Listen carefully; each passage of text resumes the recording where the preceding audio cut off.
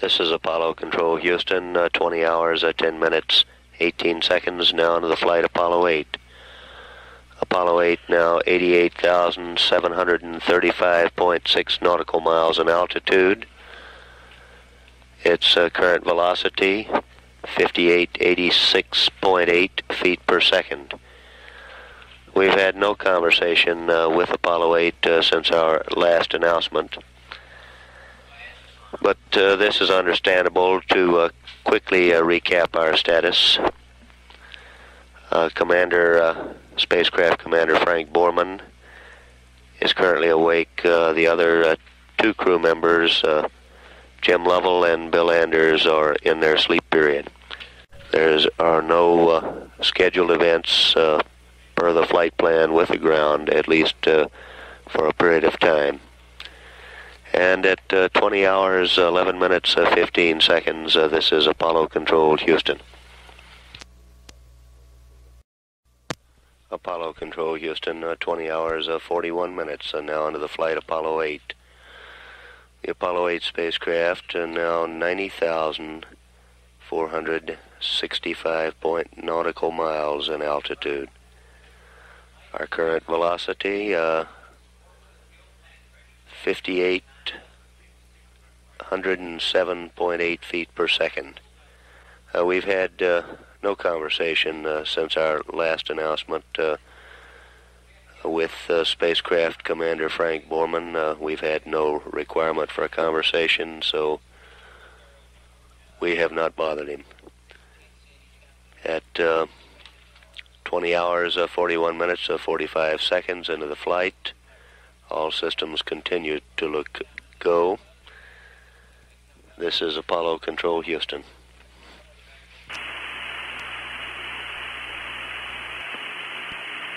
Apollo 8, Houston.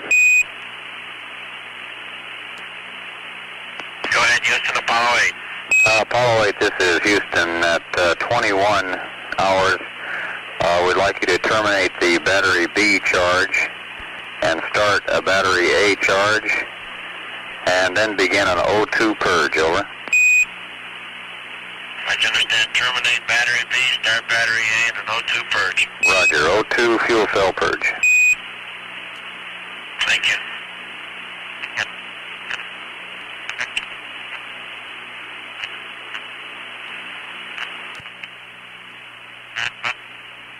Houston, Apollo 8, we're now charging battery A, and say again about the purge. This is Apollo Control Houston. Apollo 8, Houston, roger. Copy your battery charge set up. Now begin a fuel cell O2 purge, over. 91,576 nautical miles in altitude. Now a velocity of 5,758.1 feet per second. We've had a brief contact with the crew, or with Commander Frank Borman, I should say, and passed on some procedural information. Let's pick up that conversation.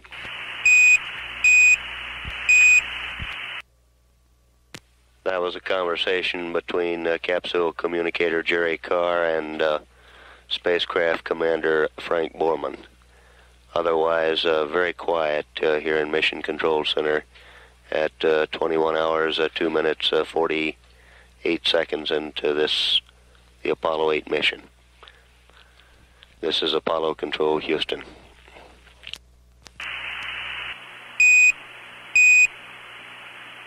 Houston, the fuel cells are all purged.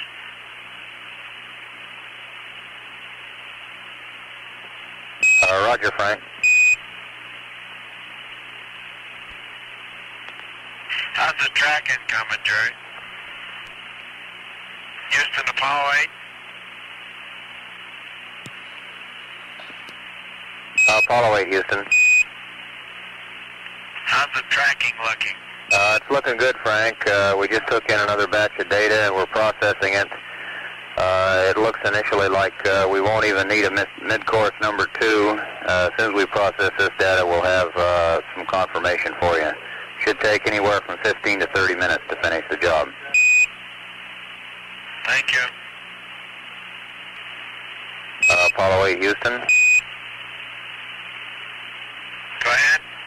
Apollo 8, this is Houston. We're showing your paracynthian 64 nautical miles.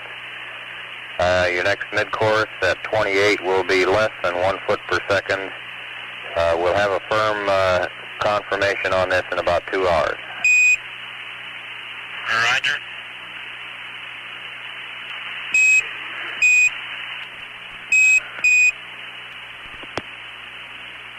This is Apollo Control, Houston, 21 hours, 19 minutes, 39 seconds now into the flight, Apollo 8.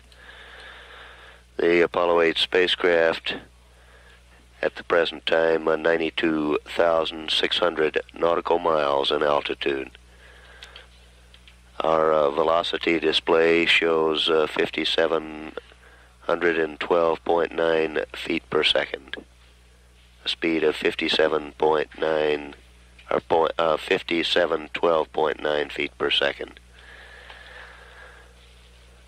Capcom Jerry Carr has described to spacecraft commander Frank Borman what his trajectory, or what the Apollo 8 trajectory looks like. We'll pass along that conversation. As you heard, the present track appears quite good.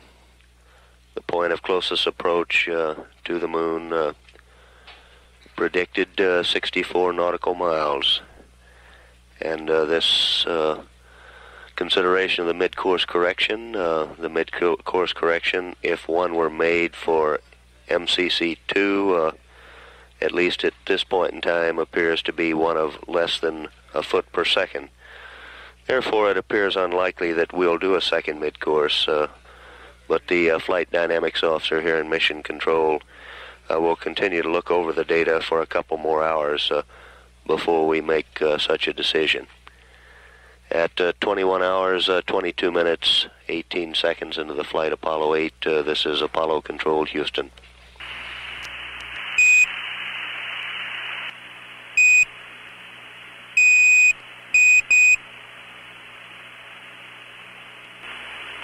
This is Apollo Control, Houston, 21 hours, 51 minutes, 44 seconds.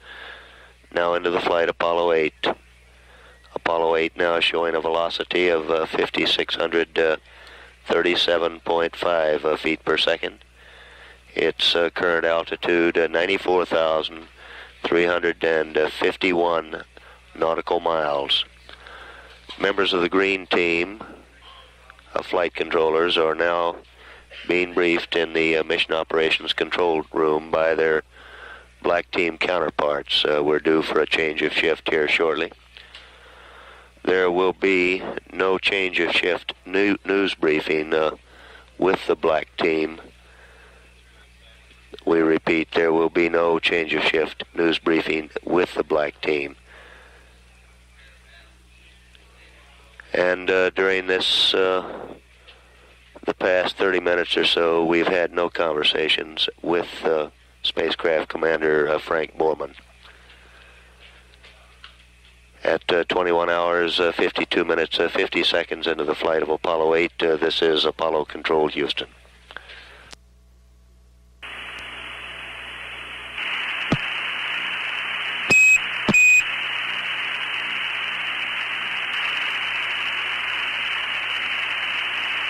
This is Apollo Control, Houston, 22 hours, 27 minutes, 28 seconds. Now into the flight, Apollo 8.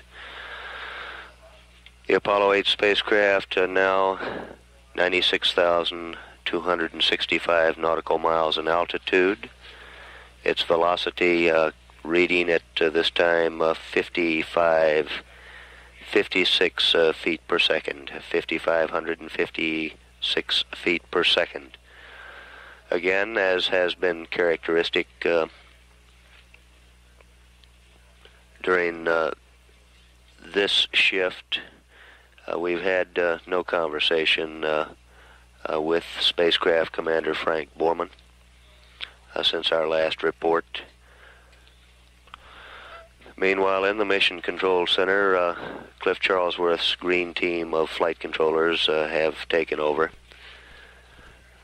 And they're going, Flight Director Cliff Charlesworth is now going around the room discussing various various aspects of the mission with each of his key flight controllers.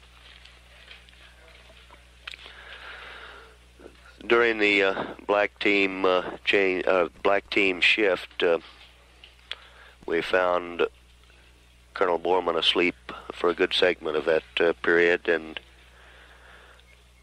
he reported approximately 5 hours of sleep, and then at about 18 hours, 40 minutes ground elapsed time, astronauts Jim Lovell and Bill Anders had their first opportunity to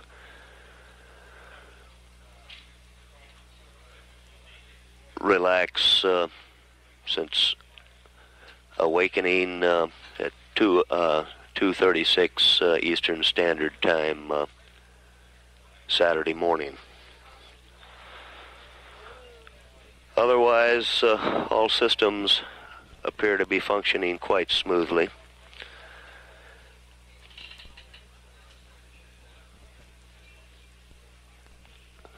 And at 22 hours, 29 minutes, 48 seconds, this is Apollo Control, Houston.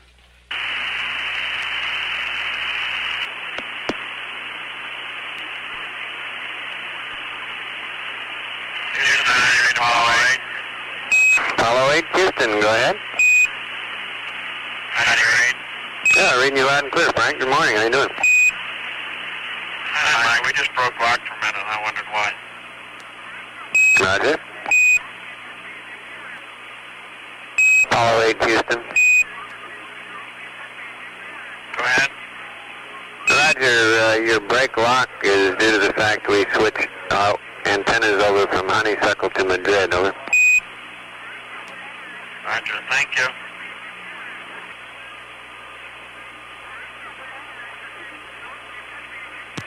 This is Apollo Control, Houston, 22 hours, 50 minutes, 48 seconds. Now into the flight, Apollo 8. The Apollo 8 spacecraft at this time, 97,513 nautical miles in altitude. Its present velocity reads 5,504.2 feet per second. We have a short while ago broke our communication silence with spacecraft commander Frank Borman.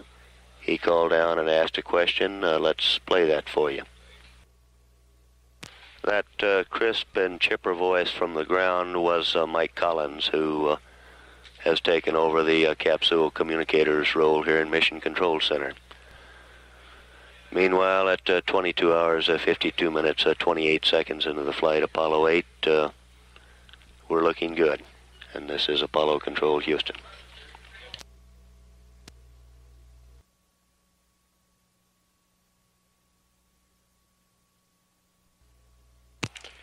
Apollo Control here at 23 hours, 10 minutes into the flight. And on behalf of the Green Team, good morning. We've had a shift change here in the control center.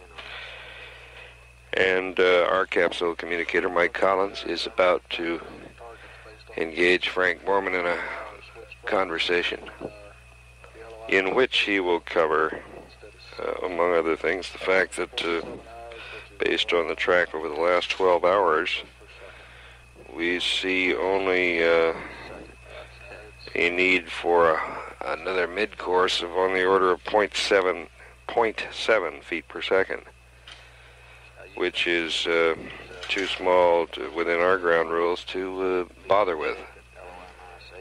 And that's the position we'll take. Don't really expect the crew would have a different view. All the other data sources, all the other data looks quite consistent with flight plans and hopes to this point. We've had a relatively quiet period over the last few hours. Very little communication. Apollo 8, this is Houston, over. Here goes the first call. Let's listen. Go ahead, Houston, Apollo 8. Roger, Frank. We'd like to bring you up to date on your trajectory. This mid-course coming up at 28 hours GET turns out to be very small, 0.7 feet per second, and we would like not to do it. Our data is looking extremely good, and extrapolating it forward, it shows that the mid-course number 4 at LOI minus 8 hours would be about 4 feet per second. In the meantime, the free return trajectory is looking very good with a water splash point off the coast of Africa. So it looks like you're right down the old center line, and we propose not to do the next mid-course. Over. Fine with us.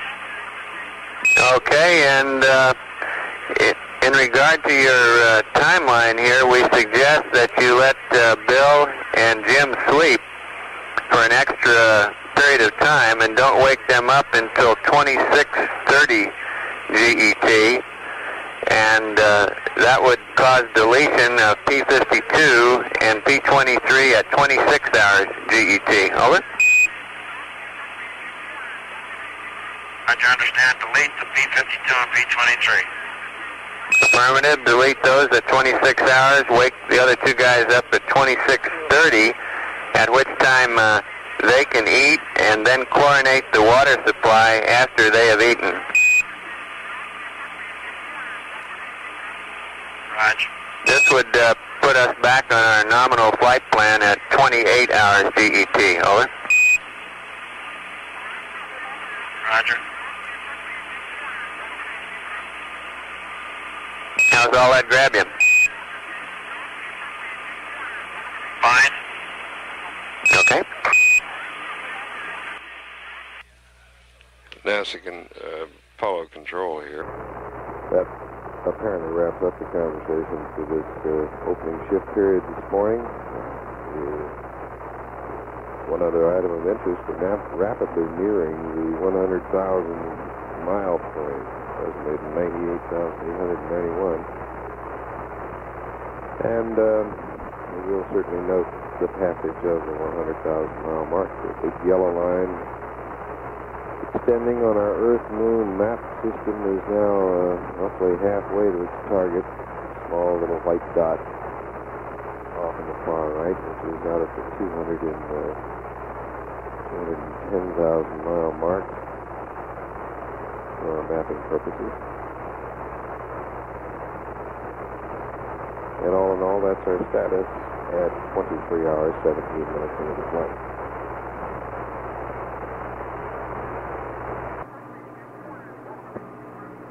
Apollo 8, Houston, over. Roger. Roger, we're switching antennas again at 2340 GET. You can expect a momentary break lock. And also, we'd like to bring you up to date on the passive thermal control. We expect to keep the same PTC attitude until 28 hours GET. Over. Fine, thank you. How's the thermal control working? Working good, Frank. I can give you some details if you want them. Go ahead.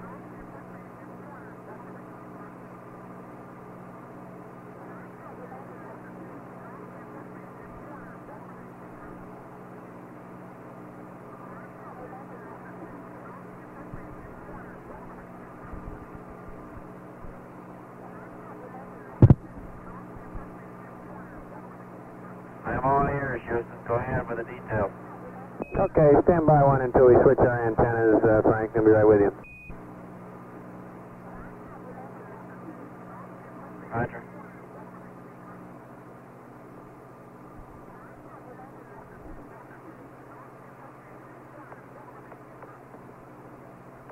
Apollo 8, Houston, over. Go ahead. On your PTC, quads A, C, and D seem to be just about identical. Quad B is running slightly cooler, but only very slightly so. The temperature readouts in all respects are normal, so apparently the PTC is working well from a thermal viewpoint. And as far as the fuel consumption goes, it's minimal, just about like we expected. Have you got any comments about PTC? How does it seem to you?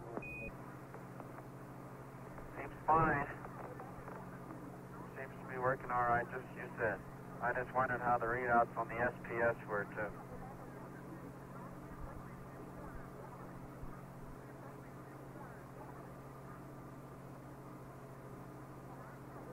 Apollo 8 Houston, the SPS temperature is normal. If anything, it's slightly warmer than we expected, so you're in real good shape in that respect.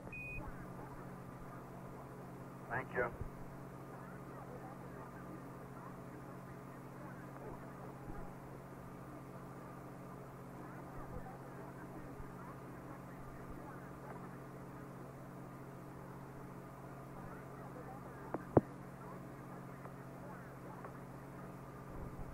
Frank, the PU valve temperature is running about 72 degrees, which is better control than we got here in this room. Roger.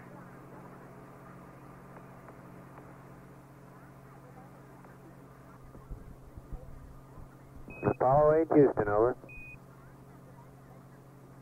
Go ahead, Houston, Apollo 8. Roger, it's time to do a cryofan cycle, Frank, on all 4 fans, a short burst from each of them, as you did before. Understand, 2 minutes each on all cryofans. Roger.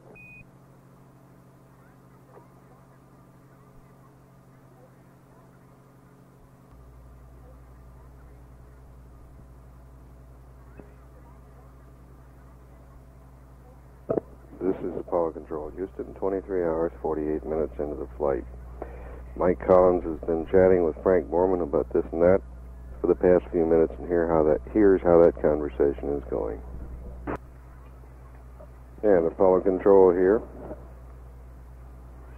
Apparently Borman, Lovell, and Anders are sleeping quite soundly.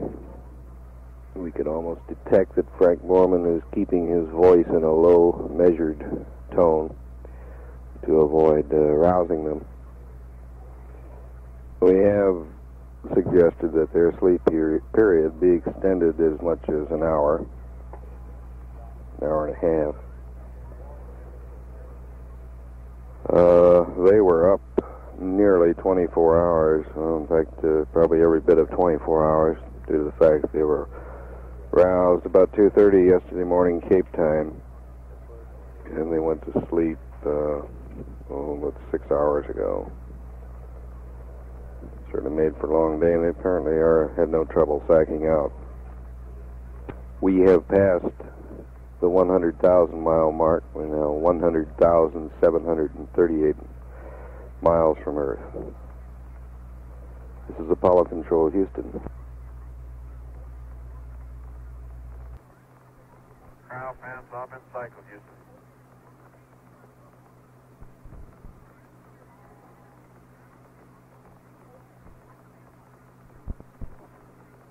Apollo 8 Houston, go ahead, over.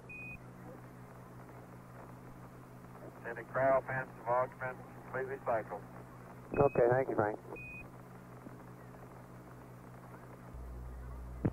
Apollo Control, Houston here, 24 hours, 15 minutes into the flight.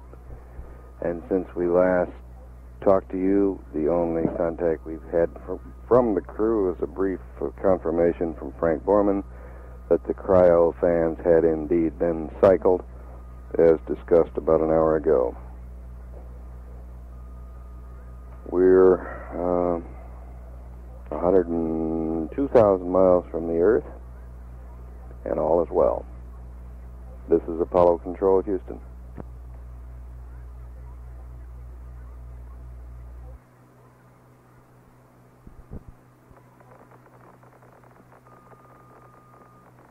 Apollo 8 Houston, over. Go ahead, Houston, Apollo 8. Just a comm check, Frank. You reading me all right? Loud and clear. Same here. Thank you.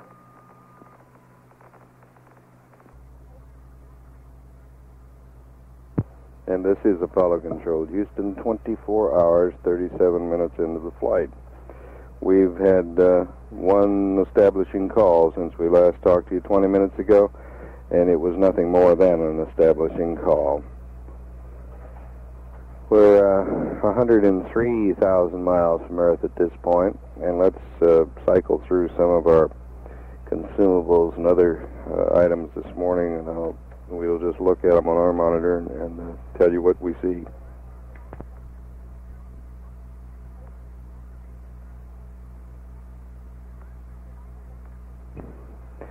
The first chart we come to, and this is data. Yes, this is live data coming to us via Madrid. The biomedical harness is, a moment ago it was on Frank Borman, but apparently it's been switched off now. We do know from this readout that the cabin pressure is even 5 pounds, and the cabin temperature is 62 degrees. 62 degrees.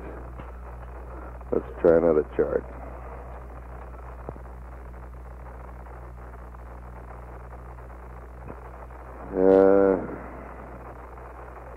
We're looking at a radiation chart now, and that,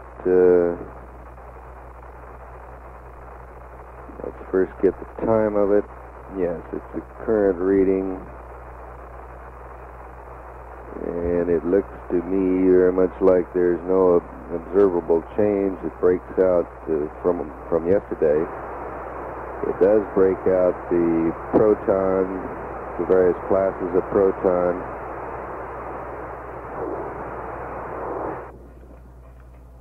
And also 3 classes of alpha radiation. And for each of those classes gives an interpretive flux total, and all this comes down to the lower columns in the proton area, a depth dose of 0.11 rems, and then that's further reduced and integrated with alpha readings, and we wind up with a depth dose of 0.03 and a skin dose of 0.03. That's the entire cumulative total to this time, which is essentially negligible.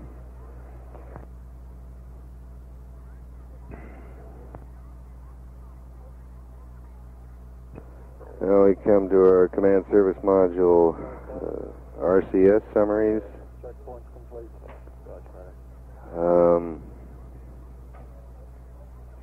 And they follow the exact curve, the usage curve that we plot in our press kit and in our flight plan.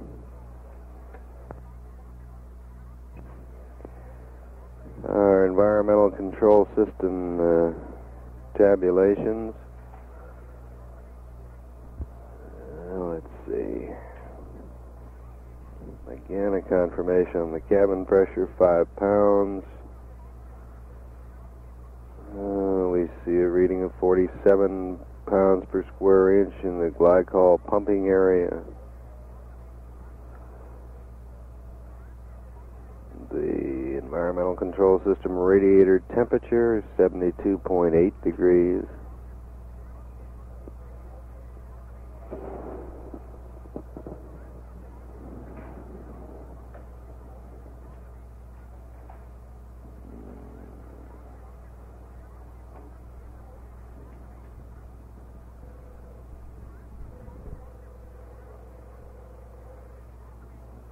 And all this looks quite normal.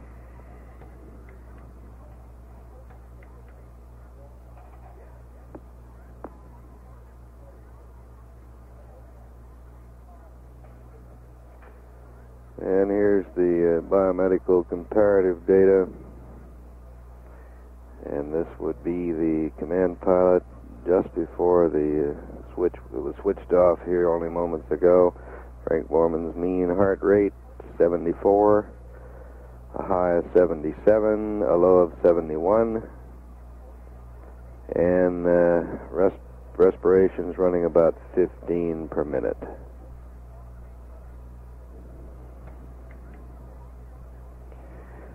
Now, that seems to handle cover the consumable quantity for us. We'll later get a quantity reading on our remaining onboard propellant. That chart is not available to us right now.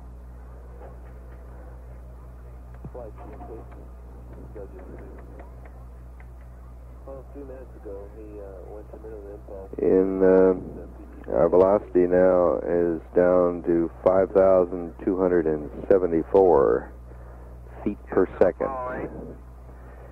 Now we've got a call from the spacecraft. Let's bring it up. How you been reading our tape dumps? Stand by one, Frank. We noticed you've got your PTC attitude tweaked up a little bit, and I'll check on your tape dumps.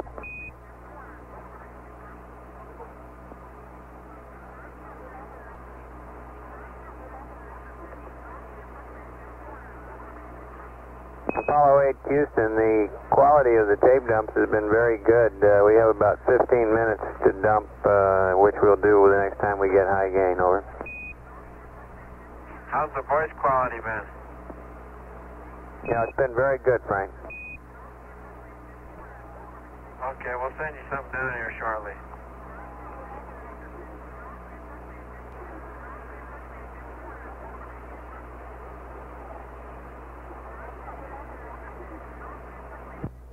And apparently that concludes the conversation with the crew at this time. This is Apollo Control at 24 hours, 45 minutes.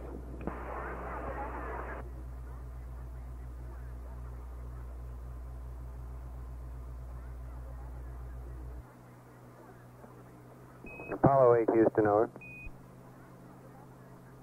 Go ahead, Houston. Frank, on this tape recorder, we have the tape motion stopped right now. If you'd like to record some, we'll give you the tape in motion so that you may do so. Is that what you'd like, over? Roger. Houston, why don't you just give us salvo so we can control the switches here? Okay, stand by. PCM low and stop.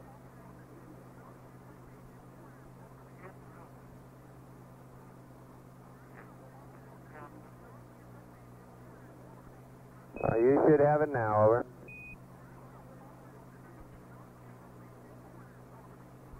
Roger.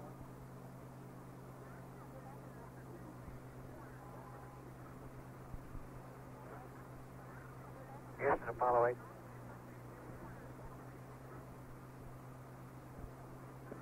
Apollo 8, Houston, over. Houston, Apollo 8, over. Apollo 8, this is Houston, over. Roddy, are you capable of taking a high-bit FM dump for voice on the Omnis?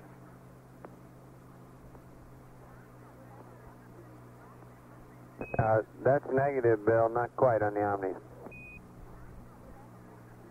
Okay, we'll catch you next time around then. Roger, thank you. Morning, Mike. How are things going down there? Oh, hi, Jim. Everything's going real fine. How you going up there? Did you get a good night's sleep? You know, the first night in space all the time is a little slow. Well, the old man woke you up earlier than he needed to. Yeah, we just couldn't sleep any longer. Roger, understand.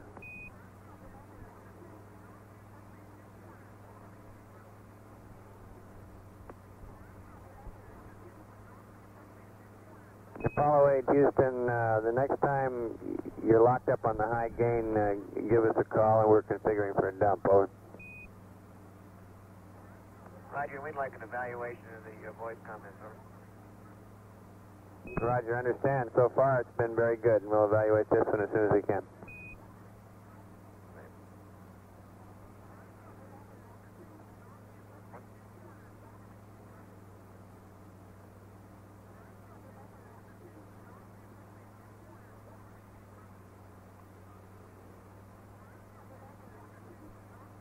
How the system's looking down there, Houston? Apollo 8, Houston, go ahead. Roger, I've been in the SAC. How the system's looking? Everything's looking real good, Bill. Okay. How much longer do you expect on charging battery A?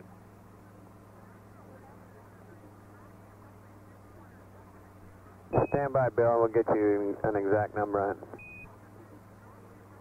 Just a rough estimate. And also, have you seen any more hints of that sensor problem on fuel cell 2?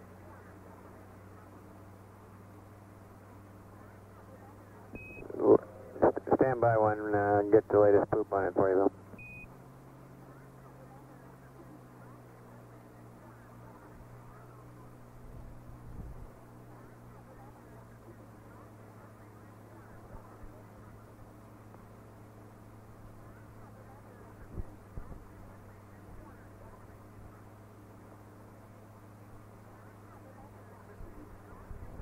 Bill, there's nothing new on fuel cell number 2. We don't think there's anything at all wrong with the fuel cell. It's some sort of a sensor problem, but we don't have any new information on it. Okay, they all look pretty good from here, Mike. Right, thank you.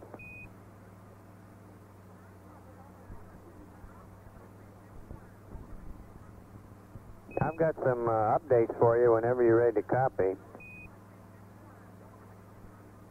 Stand by. Okay. What kind? Well, I've got a TLI plus 35-hour update, and then I have an update to Jim's checklist.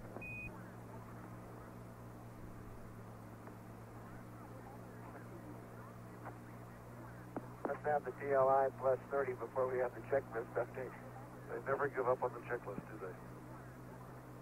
Okay, well, you got your maneuver pad book out. The last maneuver pad we gave you for the flyby pad still remains valid. We just like to remark that the entry angle, the gamma, is slightly steeper than we consider ideal, but it's within our sort of the noise level of our ability to predict at this time. So that flyby maneuver pad remains valid. Over. Roger, Okay, now on that page with the flyby maneuver, under your north set of stars, I have some new numbers for you because we've changed those stars from Navi and Polaris. As you recall, we've changed to Sirius and Rigel. So, and that also, by the way, is the checklist update, which I'll give you later. But on that maneuver pad, I've got 3 new angles for you using Sirius and Rigel when you're ready to copy those.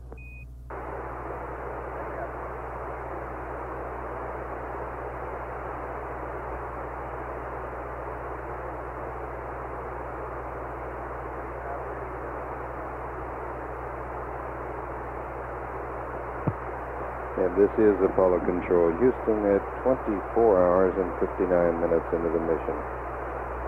Within the last few minutes, we've heard from Jim Lovell and Bill Anders. Jim Lovell sounds the sleepiest of the group. And over 104,000 miles of intervening space. Here's the conversation as it has progressed.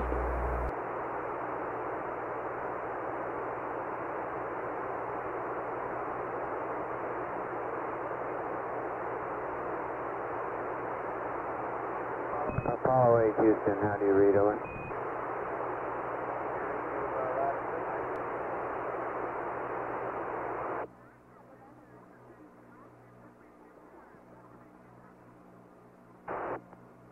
Apollo 8 Houston, over.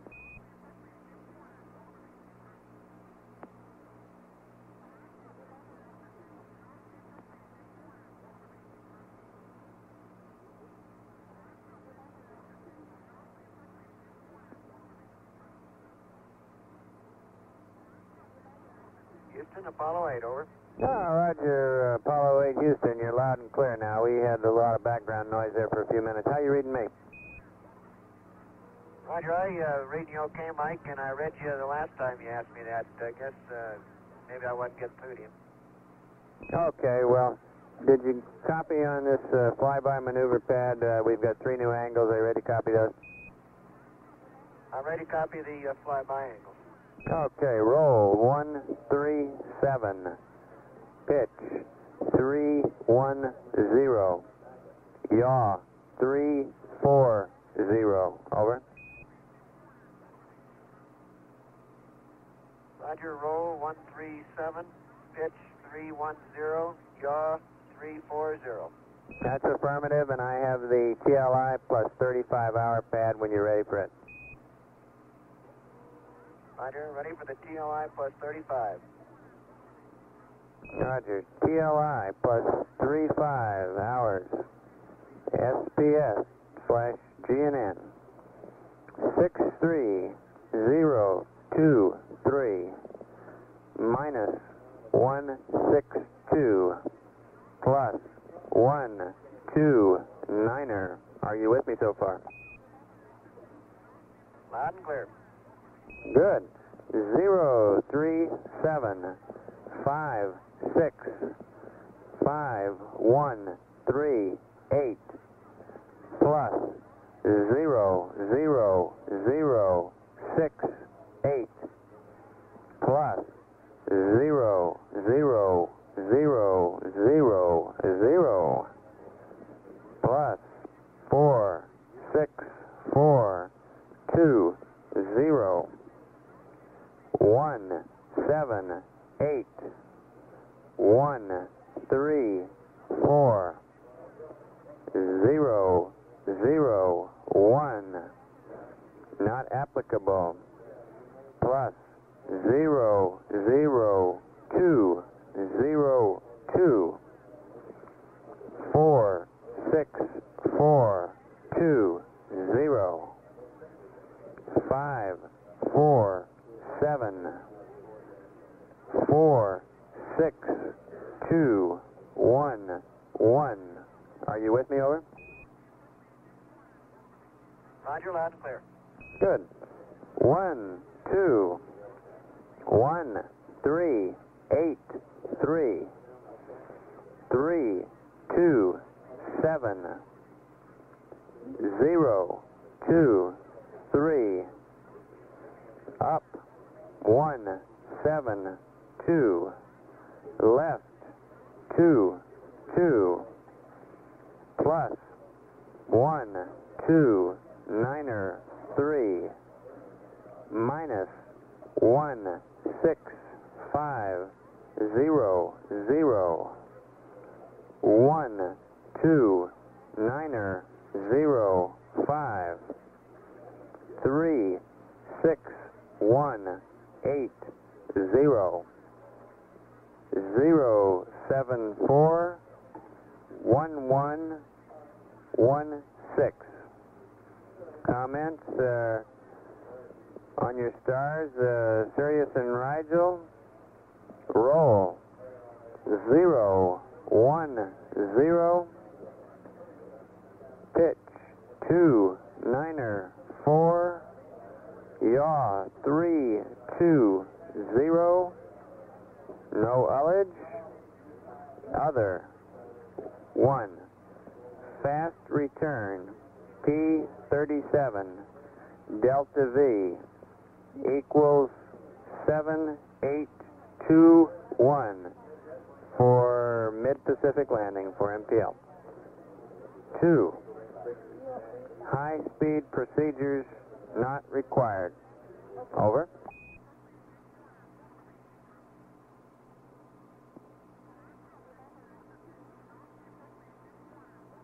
All right, Roger, you ready for the readback? All set. TLI plus 35, SBS, GNN 63023 minus 162 plus 129er 03756 5138 plus 00068 plus 00000 plus 46420 178 134 000 NA. Are you with me? Yeah, I'm with you, Bill. That last one should be 001. Roger, Y 001 NA plus 00202 46420 547 46211 12 1383 327 023 up 172 left 22 plus 1293 minus 16500 plus 12905 36183 074-1116. Sirius, Rigel, 010-2904, 320. No ullage. Fast return, P37, 7821, mid-pack. High speed, not required. Over. That's about the size of it. You're getting pretty good at those things, Bill, for a rookie. Not bad. I just learned to read about a year ago.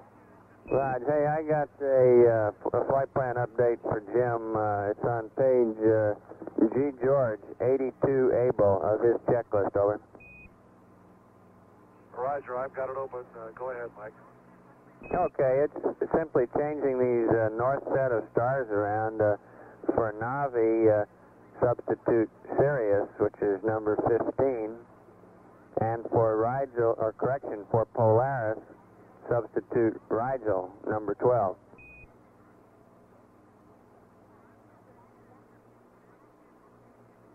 Roger, substituting Rigel for Polaris and Sirius for Navi. How about shaft and trunnion remain the same? Your shaft and trunnions remain the same. Sirius remains on the 50-degree line, just like Navi used to be. Rigel is down 1.3 degrees from your horizontal, from your M line, over. Roger, understand. Okay, and let me know when it gets to be breakfast time. I got a newspaper to read up to you and a few other things. We're ready. Okay, I got a Haney Special here for you, the Interstellar Times latest edition. Says the flight to the moon is occupying prime space on both the paper and television. It's the news story. The headline in the Post says, Moon, here they come. We understand that Bill Anders will be in private conversation or communication today with an old man who wears a red suit and lives at the North Pole. A suspect in the Miami kidnapping was captured late yesterday, and 11 GIs who'd been detained 5 months in Cambodia were released yesterday and will make it home in time for Christmas. Roger, with reference to the first, we saw him earlier this morning and he was heading your way. Roger, we'll pass the word along. David Eisenhower and Julie Nixon were married yesterday in New York. He was described as nervous. Right. The Browns took Dallas apart yesterday, 31-20. We were sort of curious. Who do you like today, Baltimore or Minnesota? Over? Baltimore. How many points are you giving? He's not making many points at home with that comment. Right, I understand. Oh, I've got another score for you when you're ready to copy. Are you ready to copy?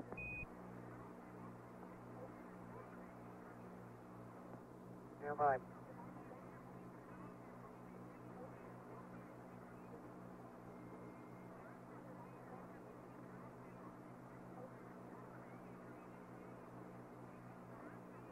Go ahead. Roger. Navy 14, Army 21. Would you like me to repeat that, over? You're very garbled, Houston. I'm unable to read. We'll call you back in another year. Okay. We also noticed the University of Houston lost their first home basketball game in 3.5 years last night. Illinois edged them out 97-84.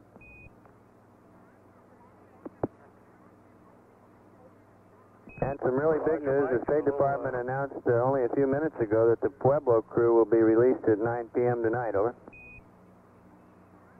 Sounds good. And onboard calculations indicate that Apollo 8 at 25 hours is 104,000 miles from home. Yeah, our plot board shows a similar number. Mighty nice view from here.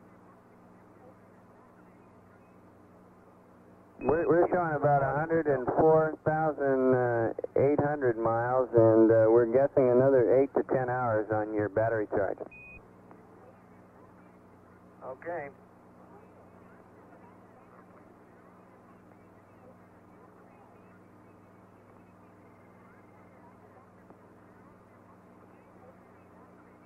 Frank, say again about the view. You were blocked, I think.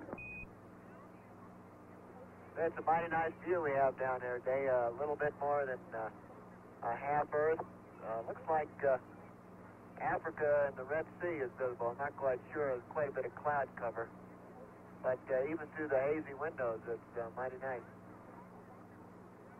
How are your windows? You have a couple left that are real clear? The rendezvous windows are good. The others are all about the same as they were when we last reported. 1 and 5 have a slight haze and a little fog on the inside now. Roger, understand.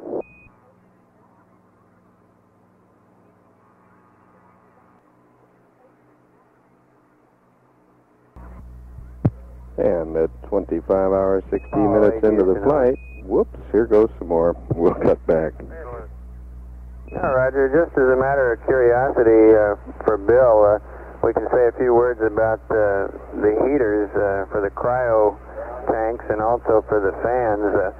We've noticed that the heaters are doing their thing normally, cycling on and off, and as time goes by, this cycle rate increases, indicating a little bit of stratification in the tanks. And then when we've been turning the fans on every 4 hours for a couple of minutes, this stirs things up, and the heaters then cycle on and off again more slowly for a while until again a little bit of stratification occurs and the cycling becomes slightly more rapid. This is, of course, normal. We just pointed out as a curiosity to you. Over. All right, I haven't really been following that close. One thing I have noticed is when you turn the fans on, you get a glitch in the quantity, which might correspond to a glitch in AC. Maybe the next time we'll look at the AC volts and see what happens.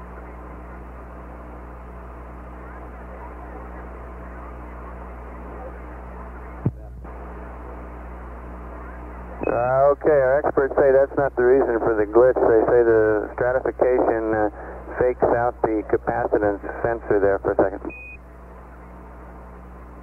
I knew they'd have some big deal answer for me. Yeah, first got you today. But I'll find that. Right. Any other information you're wanting us to send up to you? No, we're going to zap you with high gain here shortly. Okay.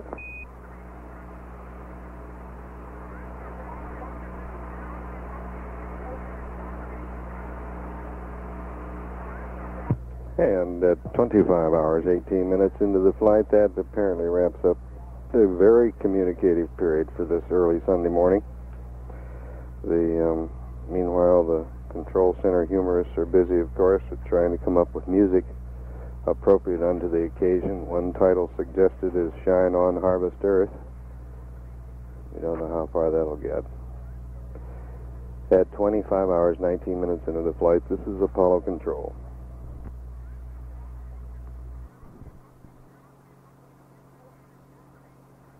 Houston, Apollo 8, how do you read on the high gain? No, reading you loud and clear, Bill. How many? I'm reading you loud and clear. I'll go ahead and dump this, and you might want to listen to it in real time to evaluate the voice. Okay, we'll do that as soon as we can. Give me a call when you're ready.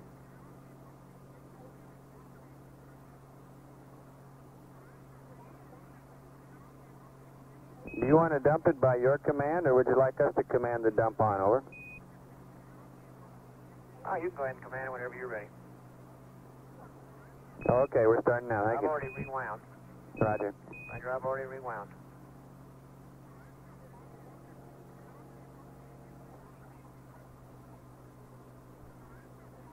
There's only about 5 minutes worth on the tape, Houston. Roger, understand, Bill.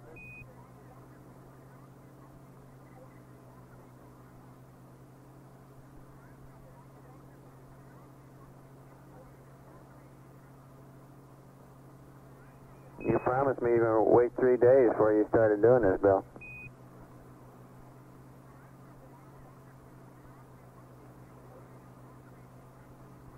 been a long trip.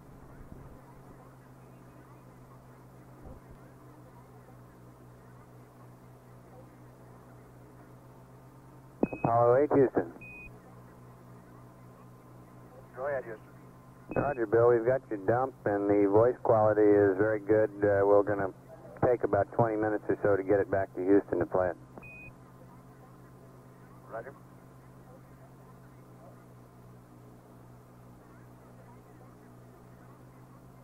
Where are you taking it through, Houston? It comes through Madrid and then Ascension, Bill. Okay.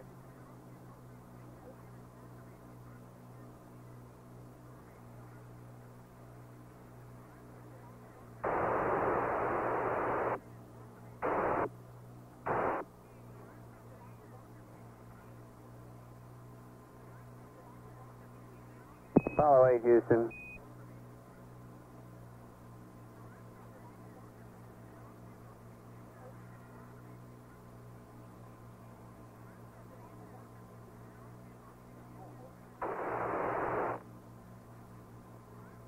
Apollo 8, Houston, over.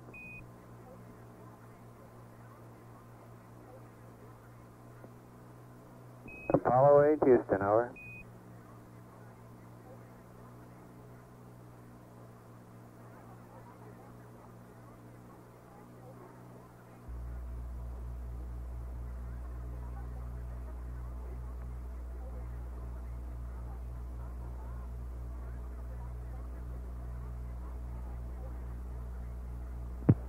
And this is Apollo Control Houston at 25 hours, 41 minutes into the flight. Our velocity is down to 5,162 feet per second. We're 106,270 miles from home. And here's some conversation recorded in the last 20-minute time block.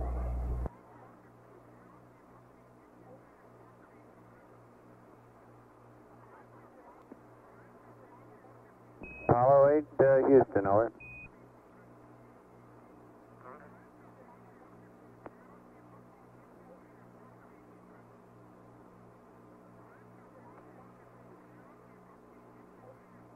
Apollo 8, this is Houston, over.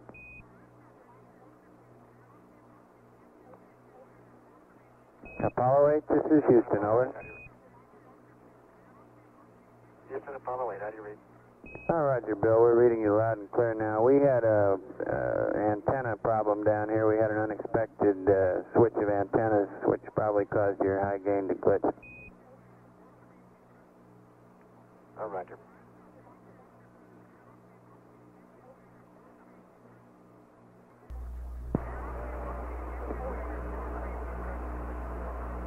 Apollo 8, Houston, over.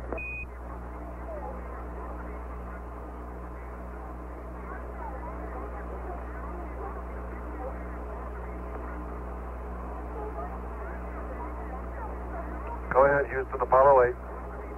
Roger, Jim. When we lost our antenna down here, we interrupted your tape dump, so we are in the process of doing some rewinding and continuing the dump in case Bill's wondering what's going on with the tape recorder. Okay, no strain.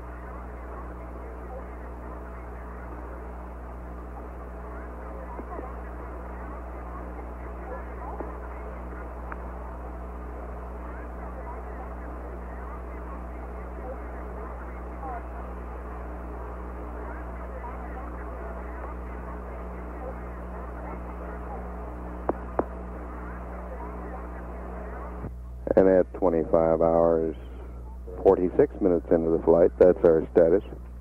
This is Apollo Control, Houston.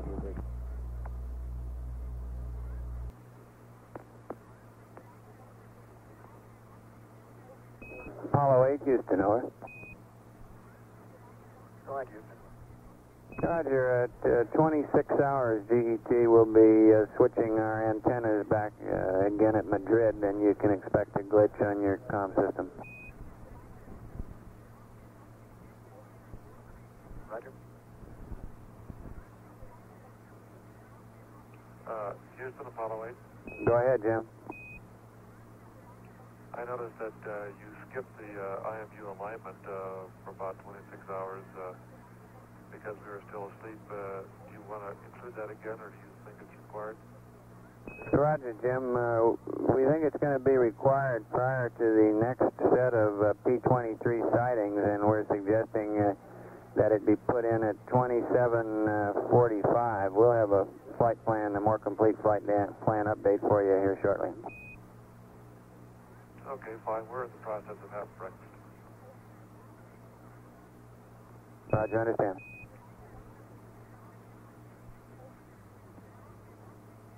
Apollo 8, Houston. Go ahead, Houston. Hey, tape dump's complete. It's rewound. You can go ahead and record in low bit rate if you so desire. Roger, will do.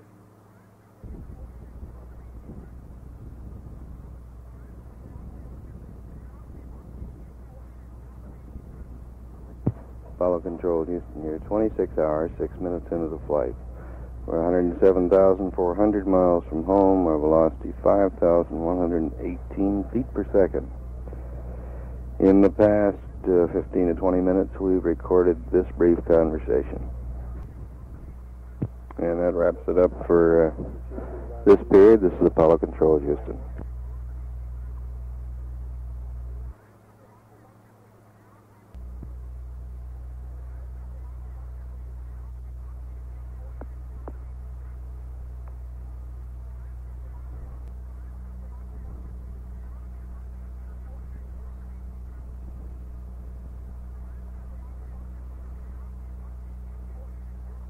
This is Apollo Control, Houston.